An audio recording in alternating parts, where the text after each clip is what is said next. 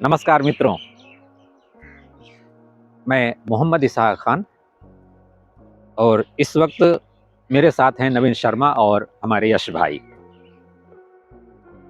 और आप मुखातिब हैं हमारे बूंदे पॉडकास्ट पर, यानी कि बूंदे प्लेटफॉर्म पर। कुंभ स्नान, कुंभ मेला का दौर चल रहा है। ये तो आप जानते ही हैं कि ये बहुत ही पुराना कुंभ पर्व है, पौराणिक जमाने से, वैदिक जमाने से। जब समुद्र मंथन किया गया था, पहले तो देवता और राक्षस आपस में लड़ रहे थे कि कौन शक्तिशाली है। तो उनके समय को थोड़ा सा ध्यान बटाने के लिए ब्रह्मा जी ने कहा कि आप समुद्र का मंथन करो, उसमें बहुत सारे रत्न भरे पड़े हैं और वो निकाल करके आपस में बांट लो।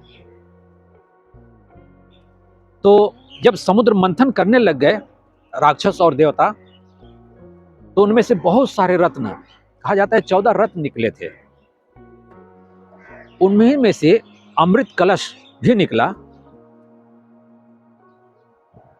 जिसे एक सुंदरी लेकर के प्रकट हुई थी, और उस कलश को लेकर के आपस में भी लूटाछीनी होने लग गई देवताओं में और राक्षसों में। तो कहा जाता है कि एक राक्षस उस कलश को लेकर के उड़ चला, कहीं कहीं एक कौवे का जिक्र है कि वो लेकर के उड़ चला, और उसमें से अमृत जो छलके हैं 4 जगह छलके हैं: हरिद्वार, प्रयाग, नासिक और उज्जैन। और ये जो कुंभ मेले हैं उन्हीं 4 जगहों पर लगते आ रहे हैं। ये तो इसकी पौराणिक आख्यान है, ये सभी जानते होंगे, आप भी जानते होंगे। लेकिन ये भी आप जानते होंगे इतिहास के माध्यम से कि हमारे हिंदुस्तान में, हमारे भारत देश में चीनी यात्री ह्वेनसांग आया हुआ था, जो 8 वर्ष हिंदुस्तान में रहा था। और बताते हैं कि 645-46 ईस्वी के आसपास ये चीन वापस गया था। और कुंभ मेले के दौरान ह्वेनसांग ने जो देखा है, जो अनुभव किया है, उसका जिक्र उन्होंने किया है अपने यात्रा वृत्तांत में। और इस चीज को उद्धृत किया है, बड़े ही भारतीय संस्कृति के जानकार विद्वान हैं भरत भट्ट जी। उनके मुताबिक जब वो हिंदुस्तान में, भारत देश आया ह्वेनसांग, तो कान्यकुब्ज, जो कि अब कन्नौज है, वहां का राजा थे हर्षशिलादित्य, सम्राट राजा थे। उनके साथ और अन्य दूसरे 18 राजाओं के साथ ह्वेनसांग कुंभ स्नान करने गया था प्रयाग में।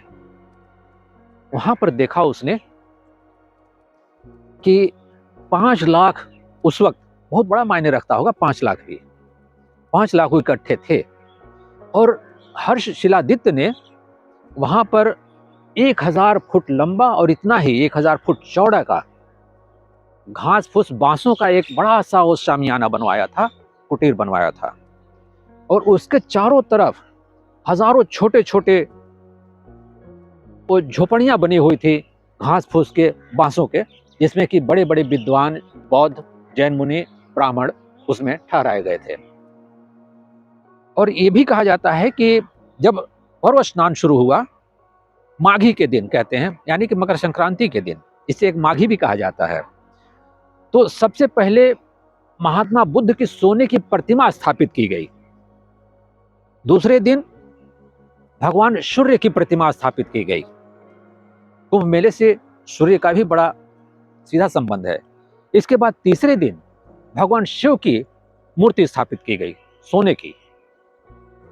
और यह भी उसने लिखा है कि शुरू के कम से कम 20 दिन तक 20,000 बौद्ध भिक्षुओं को उनके मन मुताबिक सोने के मुहरे, सोने चांदी, कपड़े दे करके उनको विदाई करने के बाद फिर दूसरे 10 दिन ब्राह्मणों को भोजन कराना, उनको दान दक्षिणा दे करके फिर उन्हें विदाई करना। फिर इसके बाद जैन मुनियों को 10 दिन तक।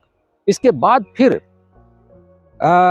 ऐसे ही फिर गरीब दुखियों को कम से कम 1 महीने तक उनको दान दक्षिणा देने के बाद उनको विदाई की गई।